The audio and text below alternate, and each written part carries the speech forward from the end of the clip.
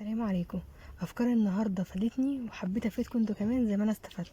اول فكره، لو عندك قلم رصاص وما عندوش من تحت شكل ولا استيكه، تعالي بقى هاتي مسدس الشمع، او لو عندك شمعه هاتيها وحطي الشمع كده من تحت زي ما انت شايفه كده. نلف القلم ونعمله داير ما يدور، حته شمع صغيره بسيطه من تحت كده في القلم زي ما انت شايفه كده. هنستناها تنشف وتعالي بقى هقولك نستخدمها ازاي. هاتي قلم واكتبي بقى اي حاجه، وخدي القلم وابتدي امسحي من تحت بالشمع اللي انت لزقتيه من تحت، هيمسح معاكي زي الاستيكه واحلى كمان. شايفه مش عامل علامه. دي اول فكره معايا النهارده. تاني فكره بقى، لو ولادك لسه جدود في المدرسه ولسه اول سنه ليهم، لما بيجي يطلعوا البرايه مش بيعرفوا يطلعوها من المقلمه او بتضيع منهم في الشنطه، لا دبسيها لهم بقى في المسطره وهتبقى باينه قوي وظاهره لهم. وقت ما يعوزوا يبروا القلم هيطلعوه بكل سهوله من المقلمه، مش هتقع منهم في الشنطه، وهتبقى ماسكه في المسطره بالشكل ده.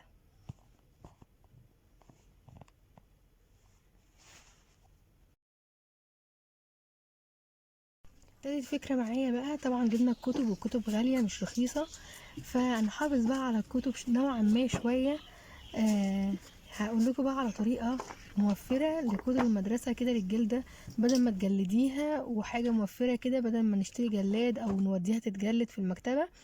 هناخد المسدس الشمع ونيجي نعمل زوايا الكتاب بالمسدس الشمع من كل الجهات زي ما انت شايفة كده. هنعمل ايه؟ نمشي كده على الطروف بتاعة الكتاب بالشكل ده.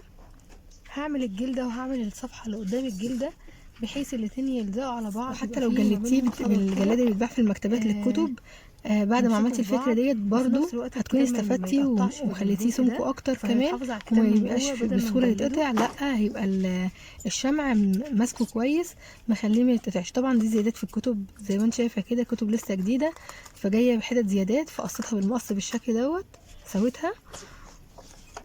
وهنا الكتاب كان خلاص هيتقطع وهو لسه جديد اصلا من الجزء اللي جوه، فبرضو عملته بالمسدس الشمع.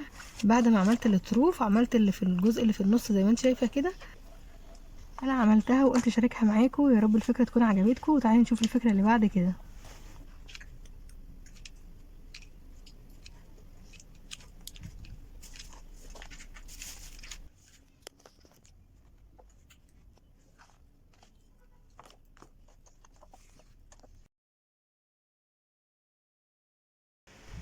وفكره رقم 4 زي ما انت شايفه كده، من كرتونه الكوبايات عملت مقلمه كده للمكتب، نحط فيها الاقلام بالشكل دوت.